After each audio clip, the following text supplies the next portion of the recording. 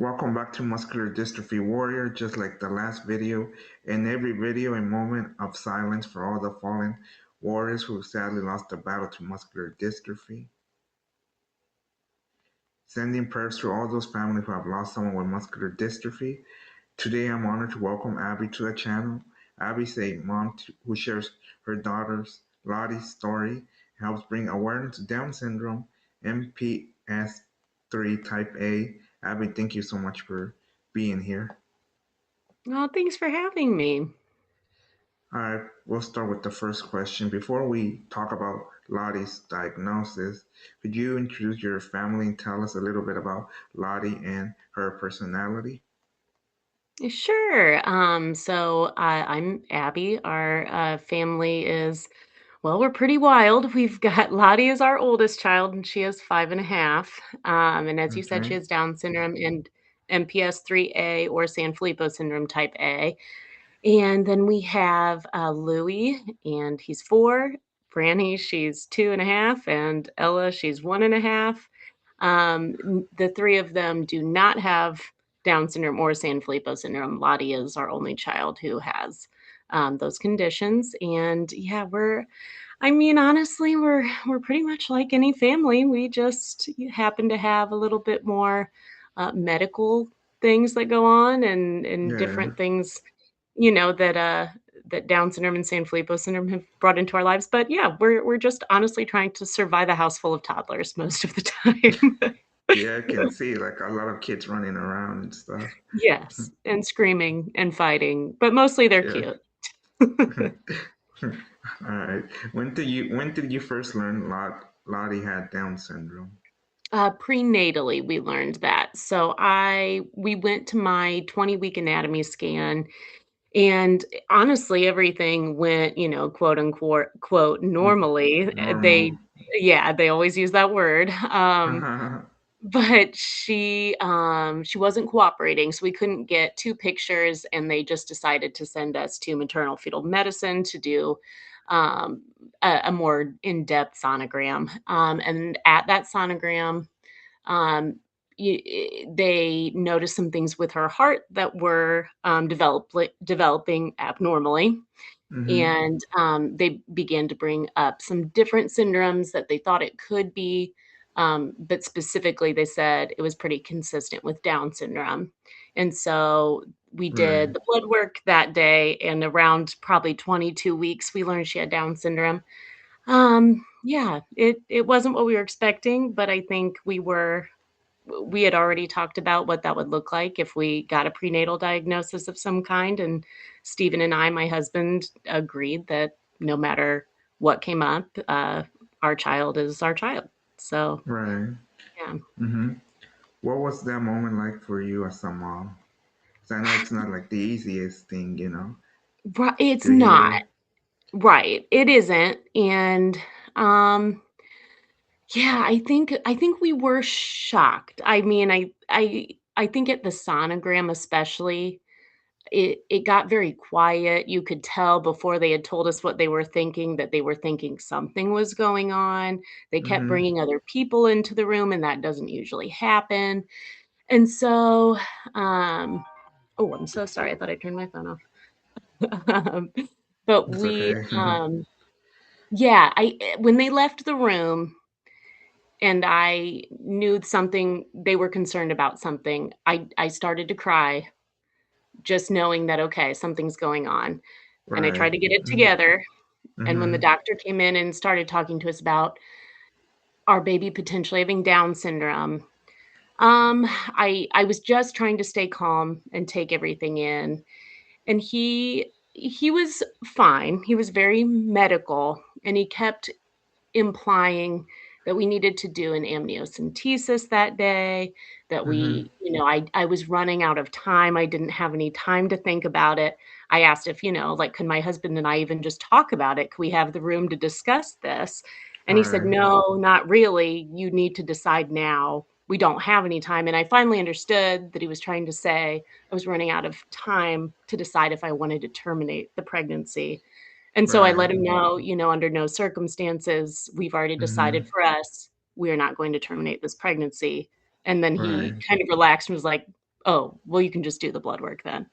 And so, that was, I think, like, a very, abrupt introduction into, I think, the way that some people view disability, and Right, already, like, getting this impression that, "Oh my gosh, wow, if our baby does in fact have Down syndrome or another condition, we're really going to have to advocate for them." Um, and, we left that appointment, and I called my mom in the car and immediately started crying. Just We just had to kind of mourn the loss of the baby we thought we were having. Your right. expectations are, Like a they're not healthy real. baby. Mm-hmm. Yeah, Like yeah, you just I guess when don't yeah, when you don't right, really think about that, you know. I don't think right, nobody's prepared for that, you know. You go in like think, oh my son or daughter's gonna be healthy, you know, you come out right. with, you know, something unexpected like this. Yeah, yeah, it especially I think because my OB wasn't had no concerns. She, like, just was sending us to maternal fetal medicine to get other pictures. She had nothing on her radar, so yeah, it was a shock, and when we got the blood work back, I remember, like, again, trying to keep my composure, and the genetic counselor who called me was lovely, and he was like, "Wow, I feel like you're, like, really calm about this, like, almost like you thought you aren't surprised." And I'm like, "Well, I'm still surprised." And Right. it's, still not what I was expecting, but Mm-hmm. I don't know. I even though I still felt sad, I didn't wanna be sad about our baby. So it Right. very con yeah, always very conflicting feelings, but at the end of the day, the ultimate feeling was that, she was ours, and we were going to Mm-hmm. love her no matter what. So, a as hard as it was to hear, yeah, I wanted to make sure that we were the first people to advocate for her worth and to love her just as she was. Right. When did you first learn Lottie? Oh wait, when did you first notice signs that something else might be going on with Lottie besides the Down syndrome Um, diagnosis? yeah, looking back, there's probably more signs, but I think it wasn't until she turned 2, 2.5. As soon as she turned 2, she wasn't walking yet, but that's not Mm-hmm. uncommon for children with Down syndrome. She was a Right. late crawler at 18 months, but that's not entirely uncommon either. She was really, like, communicating well using, like, a combination of sign language and different things and word approximations, so the beginning sounds of words, like, she'd sign Mm-hmm. "hat" and say "ha," and we knew what she was trying to say, and she was putting these signs and words, almost words, into 2 to 3 word sentences. And then when she turned 2, she was just sick all the time, and Mm-hmm. she had always been kind of a congested baby and had Right. sinus infections and ear infections, but then she started to get really bad respiratory infections, and this went on for a while, and she had 2 hospitalizations in the course of, like, 3 months. Um, and then by the time she started to feel better, so, she's getting closer to 2.5 now, I just Mm-hmm. noticed that, you know, she wasn't signing as much, using as many signs as she used to. The Right. first sign I can remember thinking, "Oh my gosh, she doesn't do that anymore." She used to sign it's cracker. She loves crackers, and she used to Right. sign for these baby crackers all the time, and Mm-hmm. I was like, "Okay, maybe she just doesn't like the baby crackers," Right. and then other things, she wasn't trying to pull up to stand anymore. Um, I don't know, and then over time, so it was 2 about 2, 2.5, but over time, more and more things started to disappear.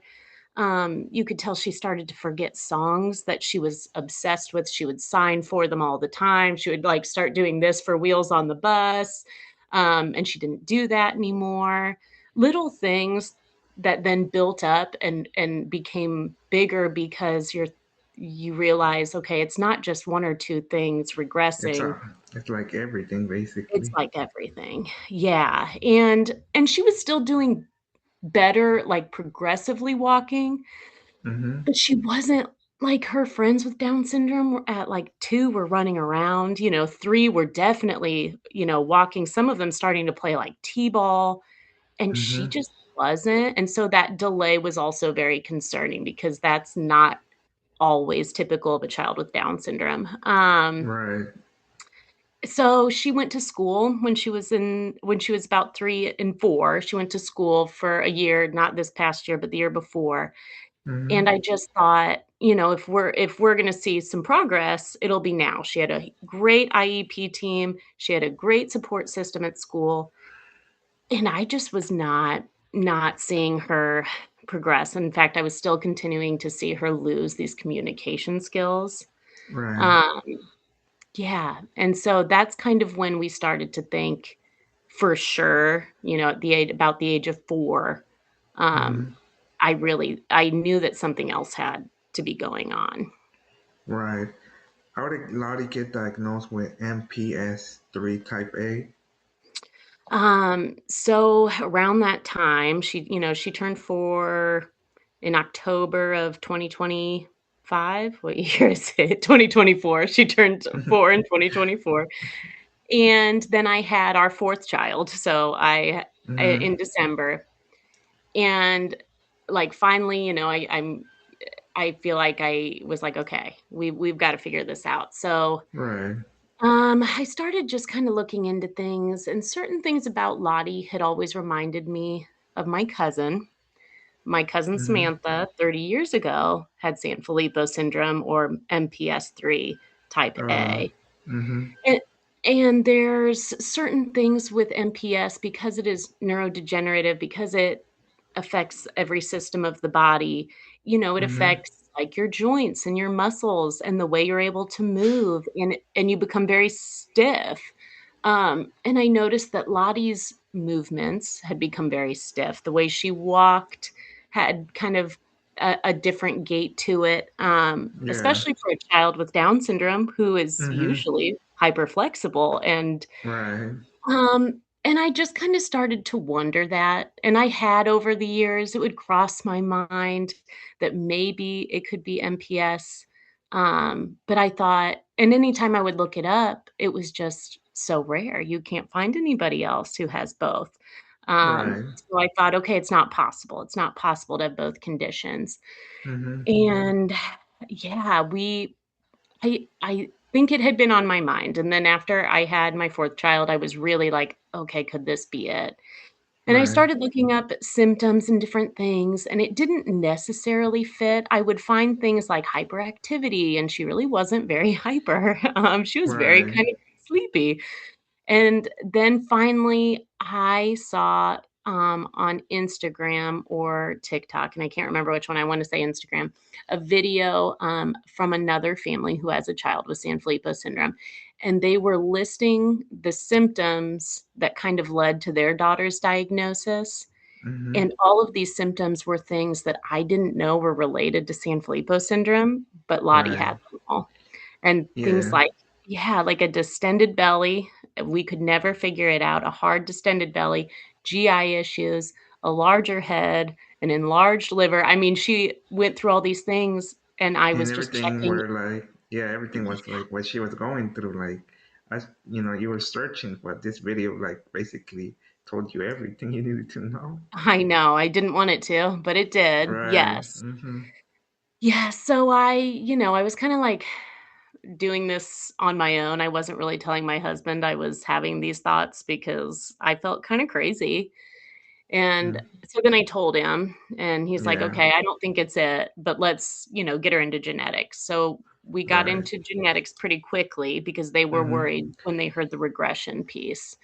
Yeah. And I let the genetics doctor, or the PA, she kinda went through all these things we could test and do and look into, and I was really hoping she would just say something that made sense to me, and I wouldn't have to bring up Sanfilippo syndrome.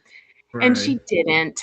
She just, yeah, I think, I wanted to believe it was something else so badly, Mhm. but she, at the end of the appointment, was basically like, "Once we try all these tests, if we can't figure anything out, we can go down a rabbit hole and look into other things." And I was like, "Well, my cousin actually had this condition, and she looked at Lottie and she said, I can see the features on her face. Right, Not to say she has it, right, but with that, but yeah. And there's you a could few kind of, signs. There's like signs, so even if you don't want yes, to see it, they were like, yeah, there's something there. yes. And you could tell the light bulb went off for her, like, Mm-hmm. and we had discussed all of those symptoms, the GI stuff, and you could tell she was putting the pieces together in her mind, and Right. that was kind of devastating, but, Mm-hmm. um, Right. yeah, and so the testing process, it usually is like a three-part process, and some people have an additional test they do, but usually it's you do the urine test first, and you look for an increase in, it's called they're GAGs, and I can't remember the whole word, I never say it right. But it's a type of, sugar. It's and Mm-hmm. it's not like the sugar you eat, they're complex sugar chains, and so, whatever sugar you eat does not, affect this.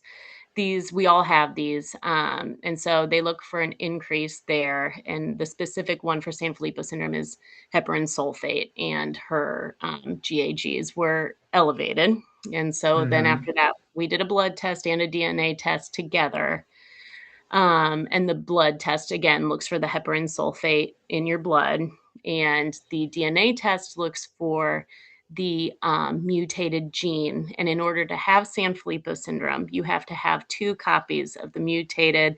I'm going to say it wrong. I always say SHGS gene. I might have mixed those letters up. But you have to get Mm-hmm. one from the mom and one from the dad. Right. And, if you just have one, you are unaffected by Sanfilippo syndrome, but you are a carrier, which is what Mm-hmm. Stephen and I are, and Lottie has Right. 2, so she is Mm-hmm. affected by Sanfilippo syndrome. So they found both copies of the mutated gene, and her blood work also showed elevated heparan sulfate. So that's how we learned that for her. Right. Um, and then obviously we have 3 younger children, and we had them tested as well, and for them we did DNA tests, and it looks for, the copies of the gene, Right. and they are not affected by Sanfilippo syndrome, so we did learn that, and that was a relief, but, Right. Mm-hmm. yeah, that was a hard process. I don't wish that on anyone. Yeah, especially having two different diagnoses. One is already hard, but two it's like not that easy. It's a lot harder. The other one, It it's is. already harder, but now having the second one, it's like a lot harder now than it was Yeah. already hard. How did Lottie's diagnosis change your family everyday life? Oh, that's a good question.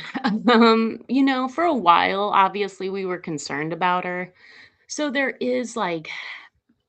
was an odd relief in getting a name for what we were seeing Mm-hmm. because at least now we weren't spinning our wheels trying to figure out what was going on. Right. But yeah, a diagnosis like Sanfilippo syndrome just kinda hangs over you all the time.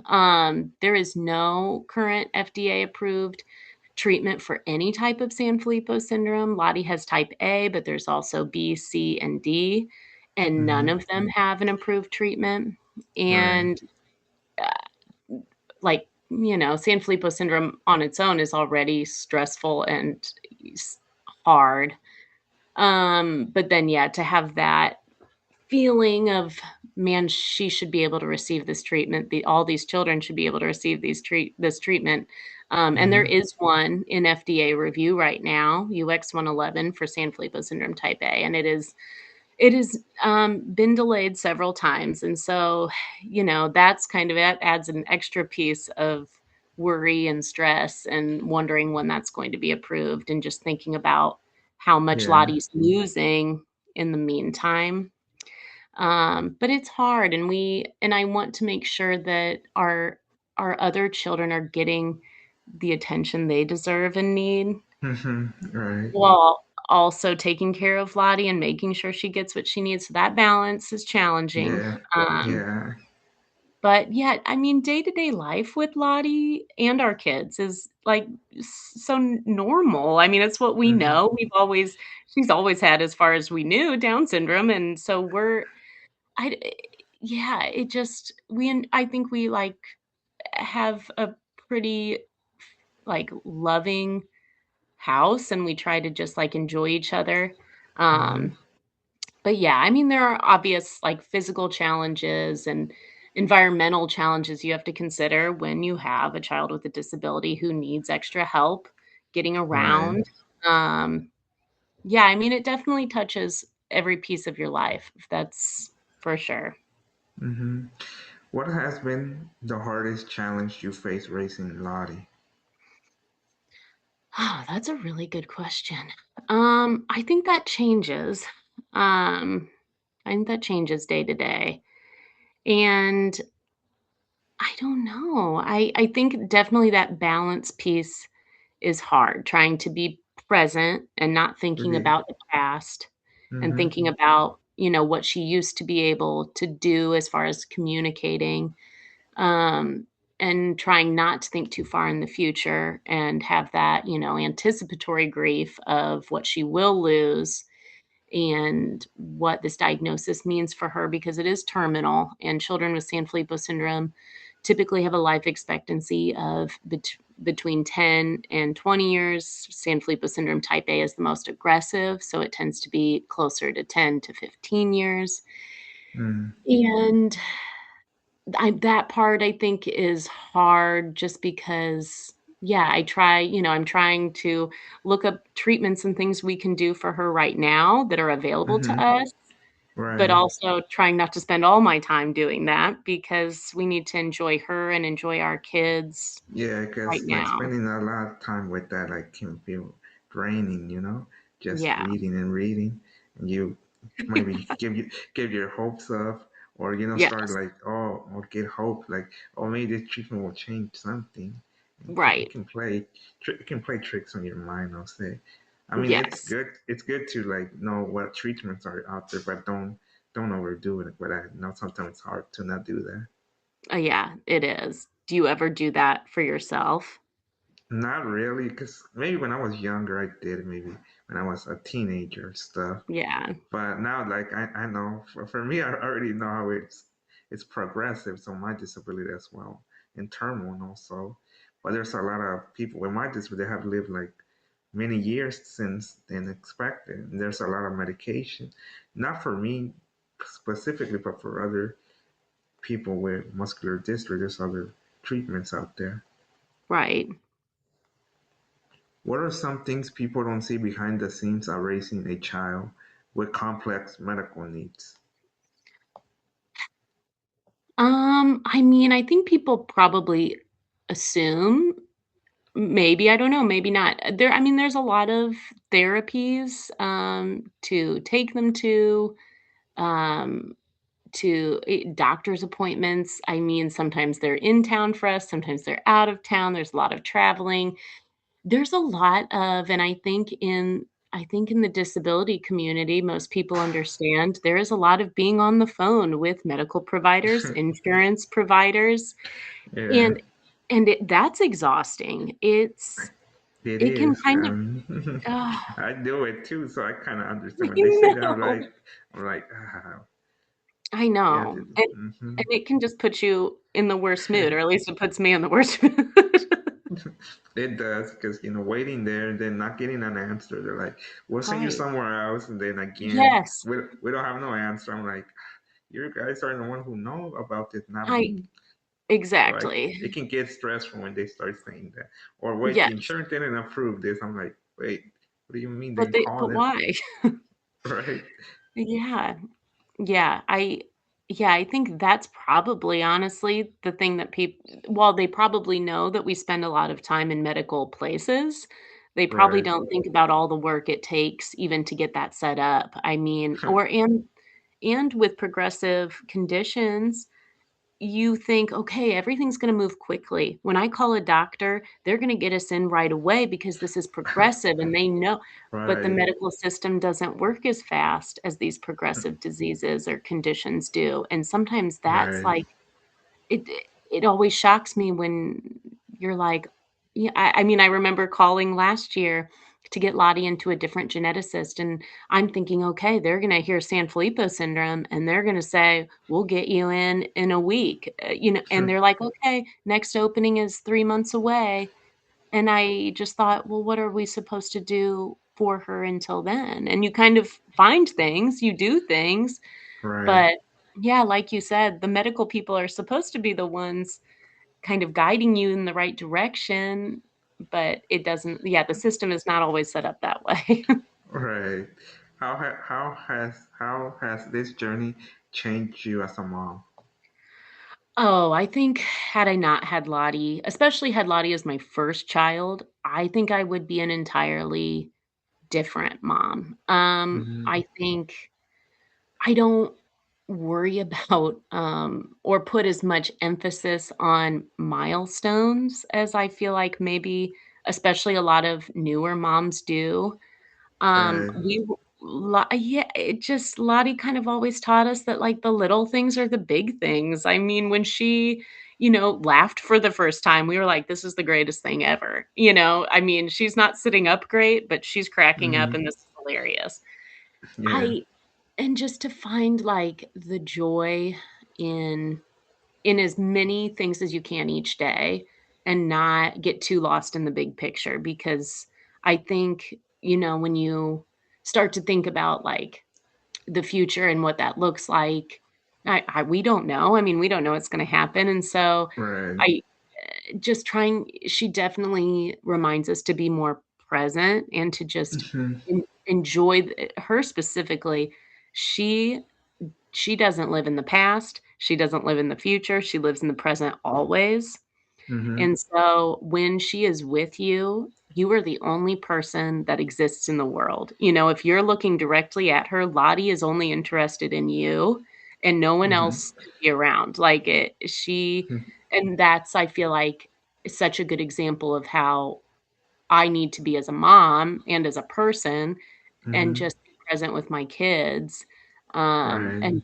and enjoy them and not worry so much about, like, the fact that my house is a total disaster 99% of the time and that, we're behind on laundry and those things are important, but being there and being present with my kids is the most important, and I think she definitely has set that precedence for me. Okay. Uh, what has Lottie taught you about strength, love, and patience? Oh, well, she's that's a good one. She's very strong. She's very resilient. She has had multiple surgeries, several hospital stays for, different reasons, whether they were planned or unplanned. And Mm-hmm. she, even when she's sick and she feels terrible or she is recovering from a surgery, she is pleasant. I mean, as Mm-hmm. pleasant as you can be when you're in pain. And she Mm-hmm. is kind and gentle, and she just keeps going. I mean, like I said, she doesn't live in the past, so she doesn't dwell on those things, and she just continues to live her life, and, I mean, I Mm-hmm. think that's such a good example of how we all should be, is just to be, present and to, yeah, enjoy what's going on right then and not dwell so much on Or live, what's happening or to us. yeah, or live in the past. Yeah, Focus on the and that's hard. present. Yeah, it's not easy. What do you wish more people understood about Down syndrome and MPS III Type A? Um, all right, well, for Down syndrome, people with Down syndrome are something going on. Yeah, it's okay. Okay. I love it because I can hear my kids downstairs making noises, so I'm sure it's just there's Yeah, always something. yeah. So I have the headset. That's why. Oh, that's alright. Uh, but What was the? what was the question? What do you wish more people? Yeah, what do you wish more people understood about Down syndrome and MPS III Type A? So Down syndrome I just want people to know how capable people with Down syndrome really are and how worthy they are of life and a good life and just all of the things that everyone else can do. I mean, really that's true for any person with any condition or disability or any person without any of those things.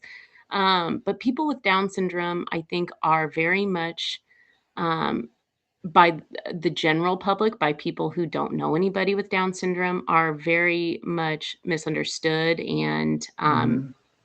I it's incredible how different I think, however many years ago, a couple generations ago, children with Down syndrome were, typically still sent to an institution, and families were set or told, it's better off that you don't take them home with you.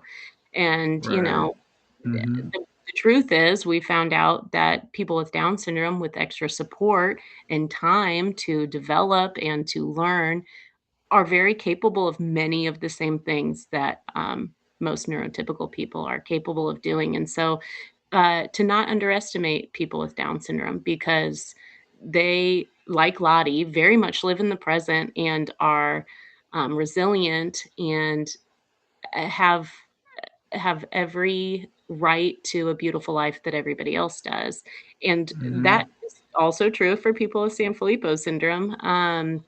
I think what I need people to know specifically about MPS III or Sanfilippo syndrome is that it's, it time is of the essence. And right Mm-hmm. now, I think there is a lot that people can do to help, especially with Sanfilippo syndrome, but also, just all of us within the rare disease community trying to get, different treatments passed by the FDA, different treatments, passed not just to say, "Oh, it's been passed and it's available," but it's available to all who would like it. So there are no, um when hopefully when her treatment, UX111, is passed, there will be no, stipulation about age or how progressed someone is Yeah. in a Yeah. condition that It's always like that. Like there's always something, side effects, or